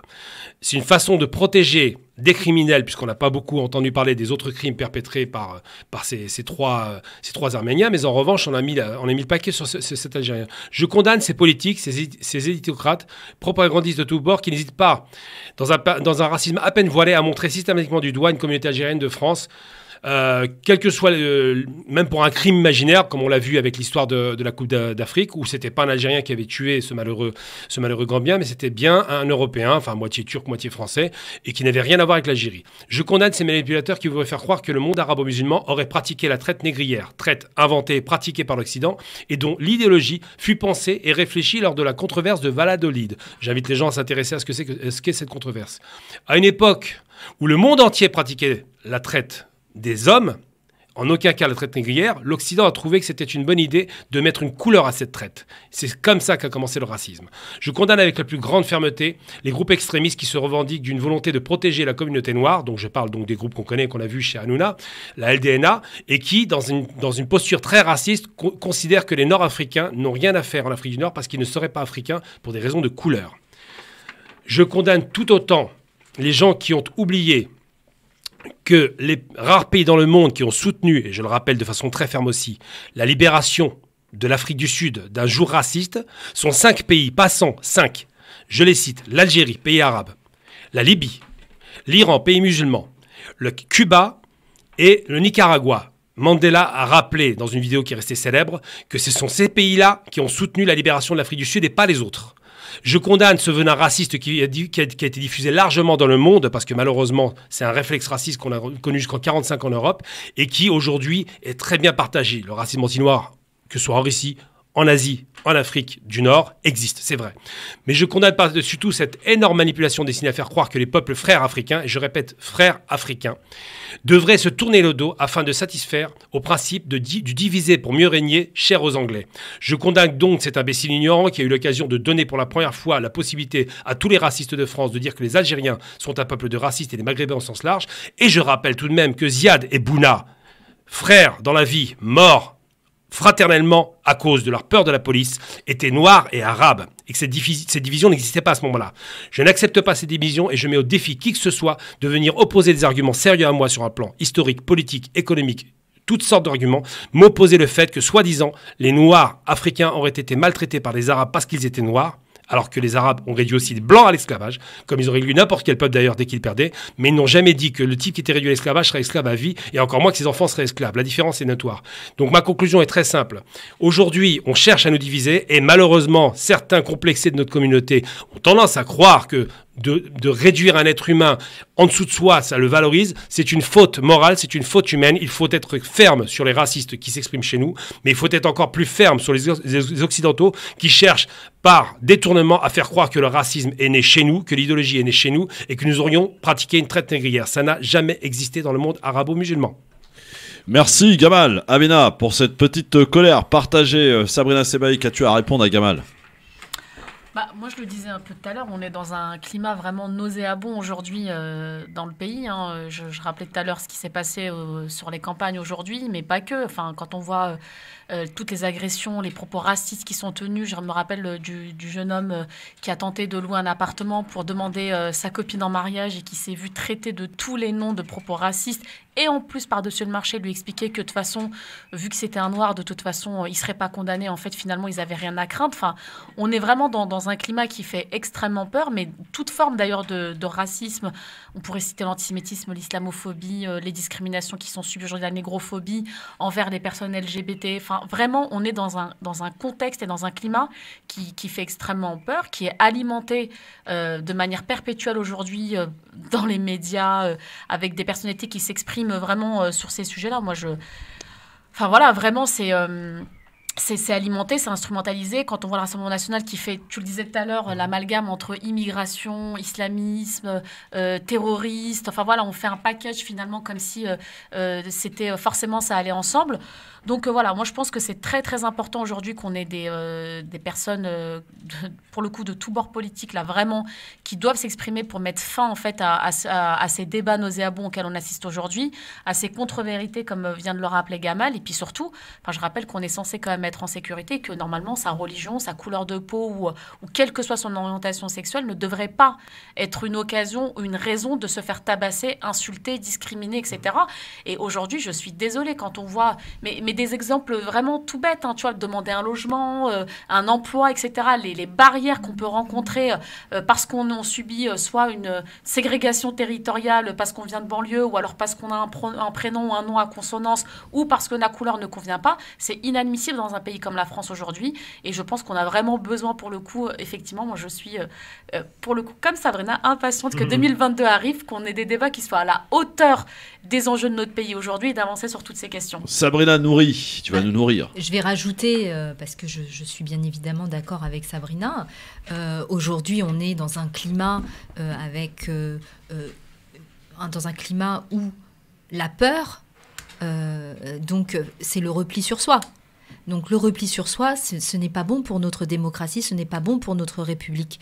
Et dans les banlieues qui ont été abandonnées, mais abandonnées, depuis, ça fait pas 5 ans, ça fait des années que ça dure.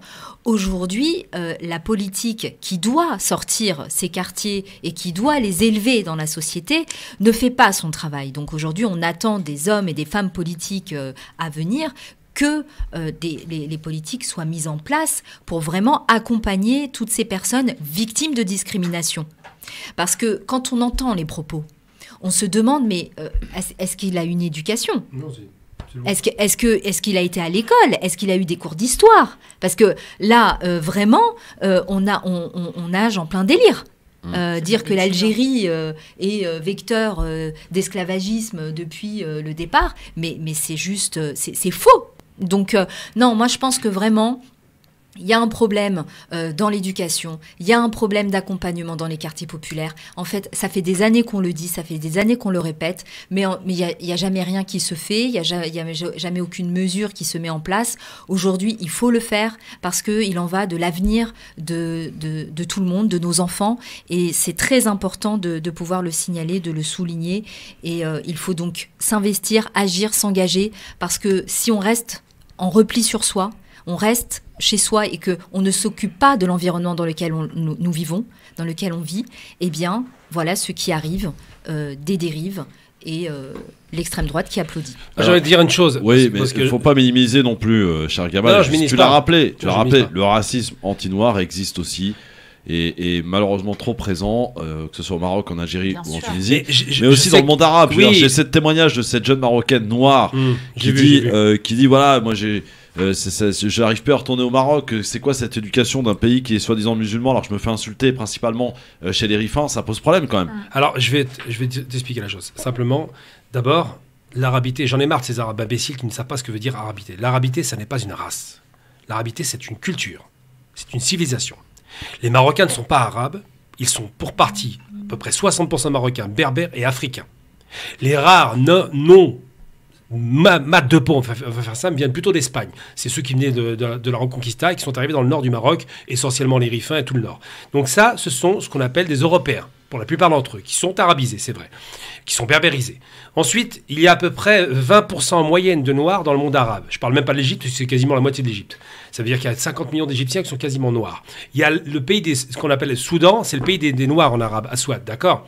C'est le pays des Noirs, ce sont des Arabes noirs. C'est-à-dire que de réduire l'arabité à une couleur blanche, c'est une stupidité hallucinante qui vient de la tête, en plus d'un type très connu, qui s'appelait Alfred Rosenberg, le numéro 1 du parti nazi, l'idéologue. C'est lui qui a mis dans la tête de certains de nos berbères qu'ils seraient d'origine grecque. C'est dans les limites du XXe siècle, je ne vous raconte pas le détail, c'est un peu long, mais bon, quoi qu'il en soit, ce racisme-là, c'est un racisme qui fait suite à quoi ? À une honte de soi. Moi, je dis toujours, quand on a la peau mate, on est beau dans sa couleur. Quand on a les cheveux frisés, on est beau dans leur texture, et ça va avec sa couleur. On peut se défriser les cheveux une fois de temps à autre, mais on ne doit pas le faire pour des raisons qui sont la honte de soi. Ensuite, quand on a tendance à idéaliser la couleur blanche, qui serait une belle couleur, alors que c'est un défaut de pigmentation, parce qu'il n'y a pas assez de soleil, c'est gravissime. Ensuite, quand on a tendance à dire qu'il y a une traite négrière qui aurait été pratiquée dans le monde arabe vers l'Orient, alors qu'il fallait traverser le désert. Donc 3-4 caravanes. C'est pas des millions de personnes, c'est impossible sur un plan logistique. Ce qui n'est pas le cas pour la traite triangulaire. Donc moi, je vais être très clair. Le racisme qui existe dans les pays arabes aujourd'hui, qui s'est développé, n'est pas un racisme idéologisé chez nous. C'est une imbécilité coloniale qui nous a été léguée. Et tant qu'on ne sera pas décolonisé de la tête, tant qu'on ne sera pas émancipé, désaliéné, qu'on ne se rappellera pas que nos rois étaient aussi noirs, que Souleymane le Magnifique prenait des esclaves, je dis bien des esclaves, pour en faire des vizirs ou des ministres. C'est-à-dire que l'idée de réduire quelqu'un à rien n'existait pas. Tant qu'on n'aura pas ça, on ne s'en sortira pas. Allez donc.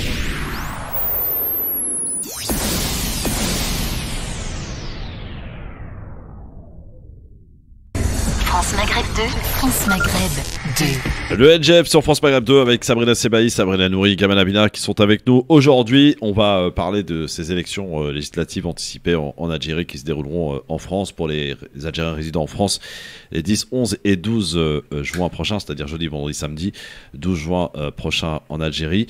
Je voulais vous faire part d'une interview qu'a faite Abdelmadjid Tebboune, le président algérien, il y a quelques jours pour le magazine Le Point, en vous donnant un petit peu les principales déclarations qu'il a pu y faire. Sur les questions internes, par exemple, il dit, après que le Hirak ait permis de stopper la déliquescence de l'État en annulant le 5e mandat, il rajoute en disant qu'il fallait reconstruire la République avec ce que cela implique comme institution démocratique. Il rajoute que le Covid a retardé le programme des réformes. J'ai pu constater, dit-il, avec fierté, la fidélité de l'armée avec sa tête, le chef d'état-major Saïd Chegria. Nous nous appelions tous les matins, dit-il. Je ne pense pas au deuxième mandat. Ma mission est de mettre sur pied, remettre sur pied, lutter contre les passe-droits, également redonner reconstruire des institutions également. Que la République appartienne à tout le monde, dit-il. Dans ce qui reste du Hirak, c'est très important ce qu'il dit à propos du Hirak. On trouve de tout. Il y en a même qui disent vive l'État islamique. Il y en a qui crient, qui scandent pas d'islam, et d'autres manifestants expriment peut-être une colère, mais ce n'est pas le Hirak originel. C'est très hétéroclite, nous dit Abdelmadjid Tebboune. Rached, parle de Rached, qui a commencé à mobiliser, dit-il, tous azimuts, pour affronter notamment les services de l'armée. Et puis le MAC aussi, qui n'a pas hésité aussi à faire des appels à la violence avec des voitures piégées qui ont été donc démantelées, heureusement. Et ma patience a des limites, dit Abdelmadjid Tebboune face à ce Hirak et à ces gens. L'opposition, dit-il, est une minorité qui se représente comme une majorité grâce à une médiatisation à outrance, notamment entre certains ambassadeurs. Malheureusement, on ne voit que cette minorité cette minorité et ne vivent qu'avec elle, ignorant la majorité des Algériens. Donc Majid Tebboune qui a aussi parlé des relations algéro-françaises en disant que d'ailleurs Macron était peut-être le seul avec qui l'Algérie pouvait peut-être soigner ses plaies, et si on n'y arrive pas, la haine perdurera, dit-il. Et puis il a eu aussi ces quelques mots par rapport au Maroc en disant qu'il n'était pas question d'ouvrir les frontières et que le seul agresseur dans cette histoire était le Maroc. Voilà ce qu'a rappelé Abdelmadjid Tebboune, grosso modo dans un entretien à lire dans le magazine Le Point. Alors dans quelques jours, vous le savez, donc il y aura des élections législatives anticipées en Algérie, à l'appel et à la demande de Abdelmadjid Tebboune, président de l'Algérie. Sauf qu'il y a des irakistes qui, effectivement, il en a parlé, Abdelmadjid Tebboune, sont sur le terrain depuis un certain nombre de semaines. Le Hirak qui a quand même un peu changé par rapport au Hirak de 2019, celui qui avait demandé l'annulation du 5e mandat, celui qui avait demandé le départ de Abdelaziz Bouteflika. On retrouve effectivement dans ce Hirak beaucoup de militants politiques, principalement de Rached et du MAC, qui se font entendre. Alors, voici ce que demande, c'est un micro de RT France que nous avons pris, ce que demande, à l'exemple de 2 personnes qui étaient présentes à la manifestation d'hier. Voici ce que réclament ces irakistes d'aujourd'hui. Alors, on va les écouter, hop, c'est parti, on y va. La première revendication du peuple algérien aujourd'hui, c'est le démantèlement de la junte militaire. Nous ne pouvons pas organiser des élections libres sans le démantèlement de la junte militaire. En même temps, il y a la police politique. La dissolution de la police politique, c'est une exigence de la révolution. Nous ne pouvons pas faire de la politique, nous ne pouvons pas accéder à notre citoyenneté sans le démantèlement de la dissolution de la police politique. On ne peut pas dire qu'il y a un climat serein pour faire des élections législatives, donc un débat démocratique, émergence des idées, concurrence des idées, etc., quand il y a plus de 200 personnes en prison. Ça, il faut le dire. Ce contexte n'est pas du tout un contexte de compétition démocratique. C'est un pouvoir dictatorial, illégitime. Il a toujours opéré par les coups d'État ou les fraudes électorales. Donc nous, on ne voit pas encore pourquoi aller participer à ce pseudo-jeu pluraliste qui a été déclenché depuis 88. On a vu, il a fini par laminer la classe politique démocratique, mettre à la marge les revendications démocratiques, les droits humains en Algérie. Voilà, donc exemple de 2 personnes qui ont été interviewées dans la manifestation hier, place de la République. On est donc à quelques jours de cette élection anticipée législative. Est-ce que les irakistes qui ont mis un petit peu la pression quelque part, et principalement en France, puisqu'en Algérie quasiment plus de manifestations, si ce n'est dans quelques régions, aujourd'hui, est-ce que ces irakistes peuvent, comme ils l'ont fait d'ailleurs de manière très regrettable, perturber le scrutin électoral, comme ils l'ont fait pour les présidentielles, vous vous souvenez, le 12-12, est-ce que ça vous fait peur, cher Gamal, et quel est ton avis là-dessus ? Moi, ça ne me fait pas peur du tout parce que ce qui s'est passé, j'ai observé sur place, il y a des gens qui ne sont pas contents, on n'est jamais content en Algérie. Il y a des changements qui sont en train de s'opérer. On a une crise sanitaire qui a empêché, qui a ralenti le processus. Beaucoup d'Algériens, alors pas tellement d'ici, les Algériens d'ici, ils ont quand même un dogme démocratique qui est obsessionnel. De là-bas, ils disent qu'il faut donner une chance à ce gouvernement parce qu'il y a des choses qui ont changé. Tout n'est pas bon, loin s'en faut. Mais s'ils refont, s'ils réitèrent la même opération de venir faire de violence à des vieux qui vont voter, à des gens qui croient en ce système, qui espèrent y croire, à des gens qui veulent un changement pacifique, s'ils refont ça, ça se passera mal parce que des gens qui étaient contre le pouvoir ont vu qu'on avait attaqué des vieilles dames, des vieux monsieur, qu'on les avait humiliés. L'affaire de Marseille en est une illustration très, très, très grande. Hein. Le fait de faire voter un vieux dans une poubelle, c'était honteux.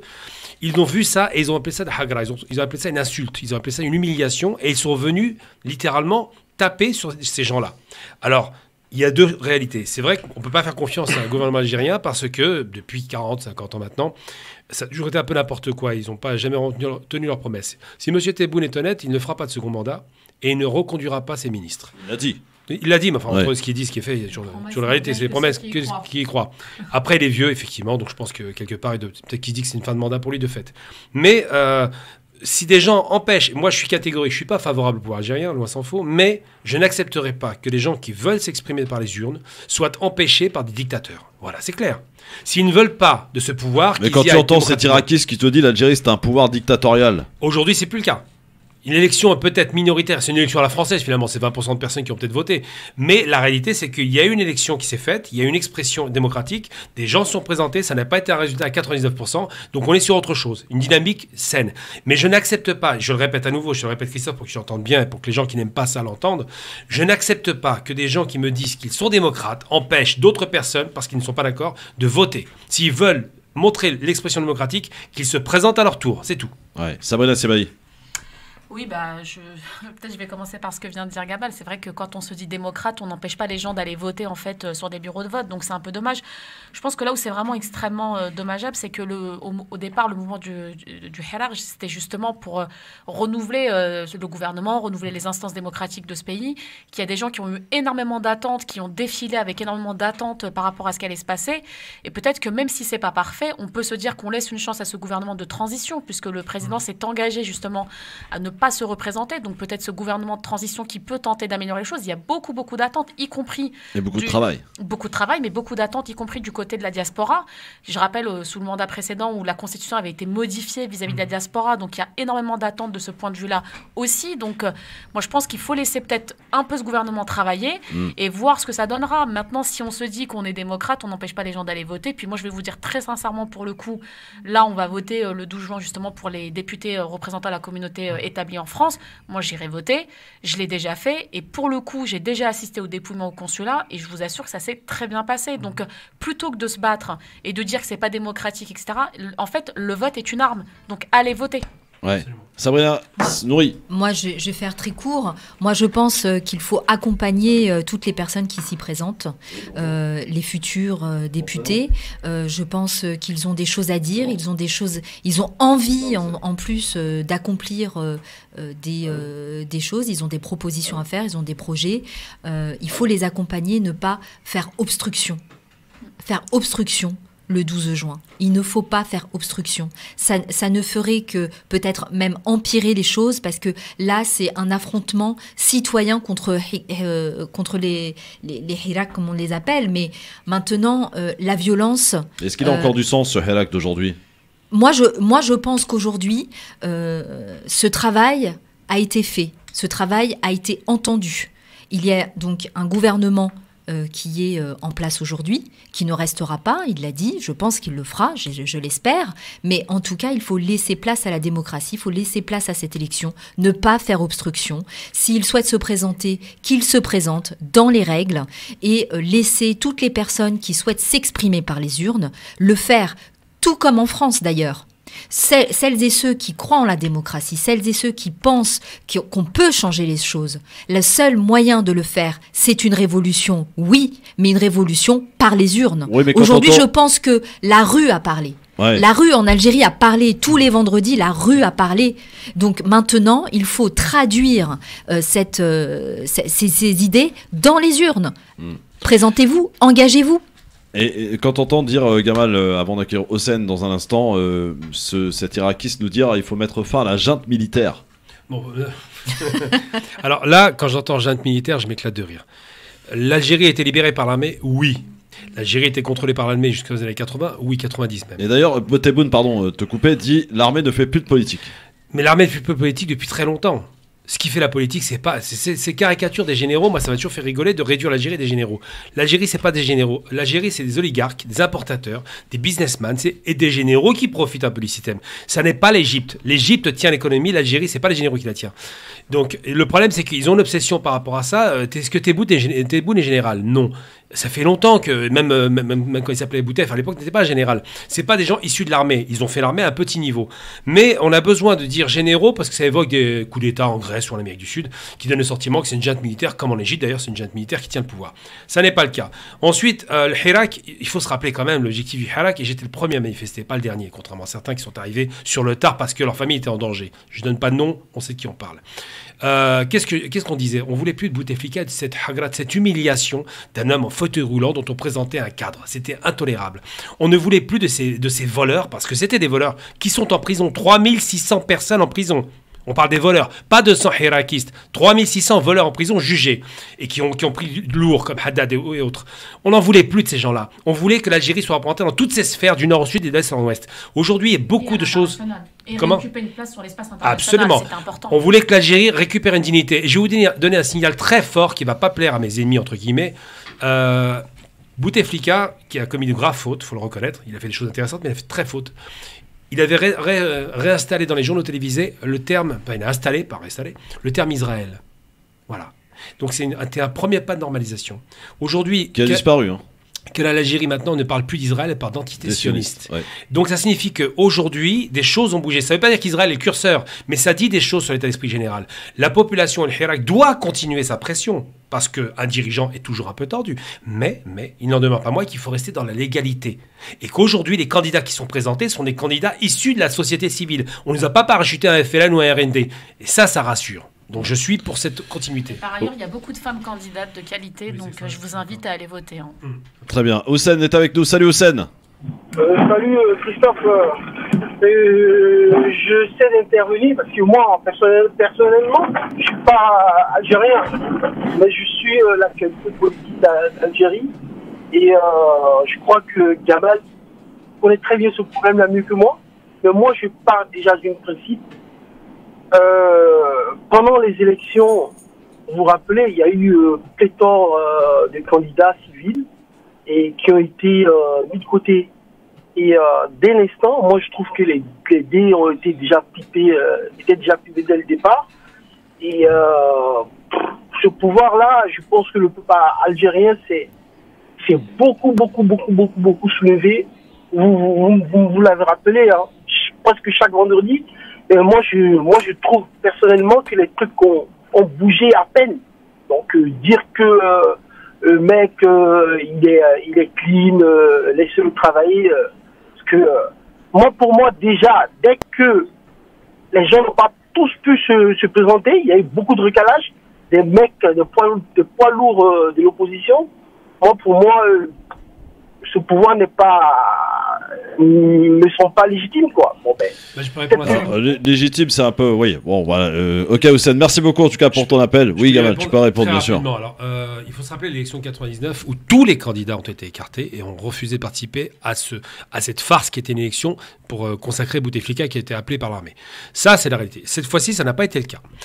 Tout le monde n'a pas été validé, c'est vrai, mais pour l'essentiel, l'élection s'est faite normalement et on n'a même pas cru que c'est Bouteflika, que c'était Tebboune qui allait passer, c'était un autre candidat qui aurait dû passer, mais finalement le choix s'est porté sur lui pour des raisons politiques. C'est qu'il y a 4 ans, il avait démissionné à la suite de la dénonciation de la gabegie des importations de véhicules déguisés. Ouais. Donc là-dessus, il a bénéficié quand même d'une certaine empathie, une certaine sympathie du peuple qui s'est dit ce gars-là a osé démissionner. Oui, mais beaucoup te disent aujourd'hui il est légitime. Mais ça, c'est du bidon, ça. La légitimité, elle se trouve dans les urnes, elle ne se trouve pas ailleurs. On l'a pas placé de force. On ne peut pas comparer un Boutef qui a été reconduit tout le temps, à chaque fois, tous les 4-5 ans, à un homme comme lui qui a quand même concouru et qui a participé à l'élection. Peut-être mal élu, ça, il n'y a pas de problème, ça, j'entends bien. Après, la question de l'idée qu'il n'y a rien qui a changé, moi, je suis catégorique là-dessus, j'aime pas entendre des choses comme celle-là, parce que bon, il ne sait pas. Je vais vous donner un exemple très concret. Notre président de radio, et que je félicite pour son intervention, est allé à Alger, le jour d'une conférence de presse, le seul à parler en français pour la diaspora. Lui, d'origine tunisienne, je le félicite pour ça. Et qu'est-ce qu'il a fait? Il a tenu la parole qu'il avait donnée à un de ses amis, le cofondateur de la radio. Il lui a dit « Je ferai en sorte que la perception des Algériens de la diaspora soit meilleure en Algérie ». Il a demandé au président Tebboune, excusez-moi, une chose. Il a demandé qu'il faut régler la question du rapatriement des corps, que l'Algérie la prenne en charge. Et le président Tebboune a dit devant les médias « Ça ne coûte rien à l'Algérie, nous allons le faire ». Eh bien, ils l'ont fait. Qu'on le veuille ou non. Attends, Gamal, faut être honnête. Non, moi, pas vraiment fait. Je connais. Non, je t'assure que tous les gens. Non, mais d'accord, mais tous les gens ne peuvent pas bénéficier de ce rapatriement gratuit. Non, c'est le Covid. Tous les gens. Ouais, non, mais d'accord, mais. Non, je te dis. Être précis, c'est tout. Non, je vais être très précis. Tous les gens qui ont eu un membre de la famille qui est décédé ont eu qu'à aller au consulat et ils ont été remboursés. Et je l'ai vu parce que des proches amis de moi ont bénéficié de ça. Alors, c'est malheureusement pas bien communiqué, mais c'était établi aujourd'hui. Donc après, on va pas dire que c'est parfait parce qu'il y a un système en Algérie. C'est pas lui tout seul qui dirige. Mais il n'en demeure pas moins qu'il a au moins tenu sa parole. Peut-être pas bien, pas entièrement, mais c'est la première fois qu'on le fait. Bon, Manji est avec nous. Salut Manji. Bonjour tout le monde. Bonjour. Déjà, quand Gamal il dit que M. Fréca, personne ne savait qu'il allait être élu, je vais publier ce soir la publication que j'ai faite juste bien avant l'élection. Et il n'y a pas que moi d'ailleurs. On a dit que c'est le prochain président, c'est bon, c'est pareil. Voilà. Excusez-moi, c'est un lapsus, mais qui révèle exactement que la continuité de ce système-là. Et lorsqu'un président, par jour, comme ça, 3 fois, il dit je jure que le programme de Monsieur le Président pour le 5e mandat, il sera poursuivi. C'est une parjure. Voilà. Bon, sur le taux de participation, 8% de participation pour le présidentiel, 10% de participation pour la Constitution, la Constitution, le référendum sur la Constitution, qui d'ailleurs consacre le pouvoir total des militaires. Parce que l'Assemblée qui t'a appelé maintenant, cette mascarade, ce quota qui va y arriver encore, il n'a aucune légitimité. Sur la question du rapatriement, moi j'ai toujours dit, on a plus à s'occuper des vivants que des morts. Moi, ça m'a jamais été une revendication que je portais. Je comprends tout à fait les gens qui sont malheureux, qui voilà. Ça aussi, c'est une supercherie. Il l'a fait. Ça a duré combien? 3 mois. Ça a été retoqué. On voit bien que c'est pas lui qui a le commandement. Je rappelle juste que Tebboune, depuis qu'il est au pouvoir, pas une visite d'une délégation étrangère. C'est faux, Manji, tu es... Non, tu mens. Non, ça c'est du mensonge. Manji, c'est du mensonge purement et simplement ce que tu dis. Vraiment, c'est pas vrai. Il a dit quoi? Il a dit qu'il n'y avait pas eu une visite d'une délégation étrangère. C'est complètement faux. Alors, je t'invite à réviser tes classiques, mon ami Manji. Autant j'entends. Manji, c'est pas vrai, tu ments. Il y a eu le président turc, il y a eu pas mal de délégations étrangères. Moyen-Orientaux. Non. À part le Turc, Bah oui, mais quand tu dis ça, il faut aller jusqu'au bout. Donc tu dis les Émirats Arabes Unis, délégation étrangère, c'est faux, mon ami, c'est faux. Les Émirats Arabes Unis. Manji, je comprends que tu as une haine vis-à-vis de l'Algérie et vis-à-vis des dirigeants algériens. Ça te regarde, mon ami, mais ne dis pas de contre-vérité ici. Attends, je peux répondre à ce qu'il a dit là rapidement. Oui, Manji, c'est pas un monologue, mon pote. Il faut accepter le débat. Je peux répondre. Alors, déjà, vas-y, Gamal. Manji, juste une seconde. Manji, calme-toi. C'est compliqué. J'ai aucune haine, moi, contre Algérie. Mais d'accord, on peut l'entendre. On peut l'entendre. Je ne te permets pas de me parler de haine. On peut l'entendre. Mais si tu as une haine, mon ami, c'est pas rien, c'est comme ça. Non, mais on peut baisser le ton. Vous parlez factuellement. Oui, justement, on va sur les faits. Revenons sur les faits. Revenons sur les faits. Je suis pas là pour recevoir. Ouais, tu sais, quand on s'affiche aux côtés de Salim Laibi, pardon, Manji, mais voilà. Salim Laibi, il a tué personne. Ah, mais tonton, il a fait quoi, tonton? Qu'est-ce qu'il a fait, tonton Laibi? Qu'est-ce que t'as fait, Manji? Qu'est-ce que t'as fait aux côtés de Salim Laibi pour agresser Saïd, comment il s'appelle? Saïd Saadi. Manji, tu faisais partie de ceux qui ont empêché les gens d'aller voter. C'est honteux, ça. Moi, c'est Mounjir, oui, je n'irai pas Salim Laibi. D'accord, tu es à côté, mon ami. Tu vois, là, j'y peux rien, moi, t'es à côté. Donc, on va parler à Mounjir. On va parler à Mounjir. Juste une seconde, Mounjir, c'est possible de dialoguer ou pas? Mounjir, c'est possible de dialoguer ou pas? Parce que si c'est tout seul, ça sert à rien. Voilà, donc je commence le dialogue. Comment? Justement, c'est quoi? C'est Adolf Hitler? J'ai pas entendu. Est-ce qu'il a tué quelqu'un, Salim Laibi? Salim Laibi est l'enfant d'un système. C'est l'enfant du système que tu combats. Parlez de moi, non, mais je te dis que Salim Laibi, c'est l'enfant du système que tu combats. Soit tu te calmes, soit je te coupe. Alors, t'as deux choix. Écoute, Manji, Salim Laibi est l'enfant du système que tu combats. Son tonton était un dictateur comme tout. Bref, c'est l'enfant d'un système. On est d'accord. Faut pas commencer à raconter l'histoire. Mais c'est pas intéressant. Moi, le petit bourgeois qui vient d'Algérie avec l'argent de la Révolution pour faire des études en France ne m'intéresse pas. Non, on va revenir sur le sujet. Restons. On parle d'Algérie. Tu peux écouter? Manji, écoute. Tu peux écouter. Je vais revenir sur ce que tu disais par rapport à Boutef. Donc, par rapport à Tebboune plutôt. J'ai annoncé la veille de son élection que c'est lui qui passerait. Donc, je n'étais pas du tout inattendu. C'est marrant, j'ai pas fini. Non, j'ai annoncé la veille sur RT France. C'est différent. Toi, dans les réseaux sociaux, en catimini, moi, sur le grand public. D'accord? Moi, je ne vais pas chez Poutine. Voilà. Ah, bon, si tu vas pas chez Poutine, tu préfères l'extrême droite peut-être. C'était plus sympa d'avoir Laibi avec Soral. Sois un peu sérieux, s'il te plaît. Toi, tu ne vas pas chez Poutine parce que Poutine t'invite pas, c'est tout. Mais bon, reviens sérieusement. C'est un média comme un autre. J'ai des choses à dire. Tu sais, comme il dit Kerry James, il ne va pas non plus à Skyrock. C'est pas parce qu'il a rien à dire. Quel rapport? Bon, vas-y, Gamal. Enchaînons, bref, parce que là, c'est ridicule. Pour finir, simplement, c'est pas le sujet. Le canal ne m'intéresse pas. Voilà. Je vais chez le Marlebia, ça te pose problème? Non, donc ne me dis pas ça. Je vais chez le Jazeera, ça te pose problème? Non, bah, chacun son truc. Restons sur le sujet. Quand tu commences à avoir des postures aussi offensives que tu les as, on peut les entendre parce que tu es quelqu'un déçu de l'Algérie. Quand tu dis vaut mieux s'occuper des vivants que des morts, je suis pas d'accord parce que nous, nos morts, ils sont vieux, tu vois. Ceux qui partent, ici, on est abandonnés. Je sais que toi, tu viens de là-bas, donc ça te parle pas, mais le diaspora en a eu marre d'être abandonné par l'Algérie. Aujourd'hui, il y a des pas qui sont faits vers nous. Pas suffisamment. Je serai d'accord avec toi. On doit pas leur faire confiance. On doit pas leur faire confiance. Je serai d'accord avec toi. Partir dans des rafios. Voilà. Comment? C'est ça que j'en ai marre, moi. J'ai pas entendu. J'en ai marre de voir des jeunes, des cadres partir dans des rafios. Mais qui est content de ça? Mais qui est Méditerranée pour aller s'échapper à l'enfer. Mais qui est content de ça? Personne ne veut ça. C'est mon cas. Voilà, c'est mon cas. Mais personne ne veut ça. J'ai quitté mon pays. Voilà. Personne ne veut ça. La différence entre toi, Manji. Comment? Ah, tu ne connais pas ça. Écoute, mon père s'est battu pour libérer ton pays, comme tu dis. Alors ne parle pas trop, s'il te plaît. Comment? On peut voir pourri qui te pourchasse. Ah, je connais pas ça. T'étais pas né quand on était pourchassé. Ne parle pas comme ça, tu connais pas passé, d'accord? Ne donne pas de leçons, s'il te plaît, Manji. Toi, t'es un petit joueur. Ne viens pas jouer le mec qui connaît la politique algérienne. Nous, on a été torturés. Ma famille a été torturée par le tonton de ton copain Salim Laibi. Quoi? Cette élection, elle est comme les autres. Le pouvoir n'a pas changé. Dan iota, le pouvoir c'est le même. Le pouvoir c'est originaire. Et ils utilisent toutes les ficelles pour se régénérer parce que je vous ai jamais entendu parler des détenus politiques. Ça, ah bon? On n'en a pas parlé? Jamais. Bah t'as des problèmes d'oreille alors, on en a parlé, figure-toi. Et on en parle toujours. Ce que tu appelles des détenus politiques, ils ont été relaxés deux fois. Sur cette antenne. Je remercie quand même Christophe Malgré qui m'envoie des anathèmes et me parle de Salim Laibi et me parle que j'ai c'est normal, tu t'affiches avec lui. Tu t'affiches avec lui. C'est pour toi, parce que tu sais que ça fait longtemps qu'on se connaît. Manji. Je suis toujours algérien. Manji. Quand je suis en France, j'ai toutes les possibilités pour obtenir par la nationalité française. J'ai changé de garder ma nationalité algérienne. C'est pas une gloire, tous les agents font ça. Manji. Manji. Ah, tu veux bien le dire, parce que ton copain Laibi, par contre, il a pris sa nationalité, ce petit lâche. Manji.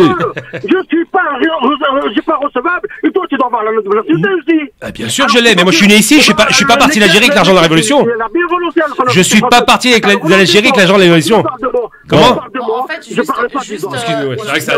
parce que là, je trouve vraiment qu'on s'éloigne en fait du débat et c'est un peu ridicule. C'est pas respectueux ni pour les Algériens qui sont de l'autre côté de la Méditerranée, ni pour la diaspora, qui je pense ont la liberté ou pas d'aller voter le 12 juin prochain. Ça s'appelle la démocratie. Donc je trouve vraiment qu'on devrait, redescendons d'un ton et soyons moins passionnés. Oui, c'est vrai ça. C'est vrai, Manji. Redescendons d'un ton. Manji. Après, avec un plateau d'Algériens. Oui. On a donné la parole de gens qui disent non, on est contre le pouvoir. Il n'y a aucune chaîne algérienne, il n'y a aucun média algérien qui a donné la parole aux opposants. On donne la parole que ceux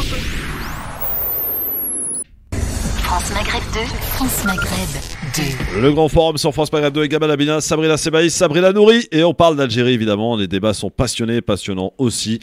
Et voilà, j'embrasse mon ami Manji. Des petites invectives.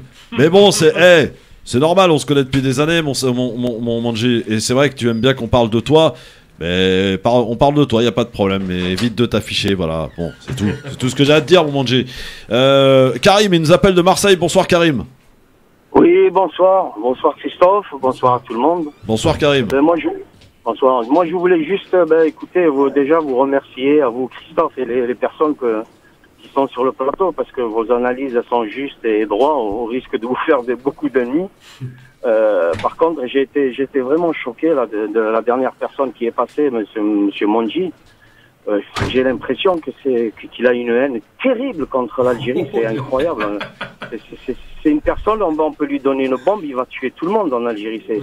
C'est fou, quoi, je veux dire. Mais non, on va dire qu'il est critique envers le pouvoir en place, c'est pas pareil, Karim. Surtout quand c'est un Algérien, mais il faut le laisser, ce gouvernement, il vient d'arriver, ça fait 2 ans, mais pourquoi foutre, excusez-moi l'expression, mais pourquoi foutre la pagaille comme ça? On a le temps, dans 5 ans, il faut voter pour quelqu'un d'autre et on n'en parle plus. Bon. Mais c'est quoi ces Algériens qui arrivent, là, qui veulent foutre le feu en Algérie? C'est incroyable, c'est fou. Alors bouge pas, Karim, on a Morad qui est avec nous aussi. Morad, bonsoir. Bonjour, merci de m'avoir donné la parole. Morad, vas-y, rapide. Bonjour Christophe, bonjour Gamel, bonjour. Moi je suis pas d'accord avec l'analyse de Gamel.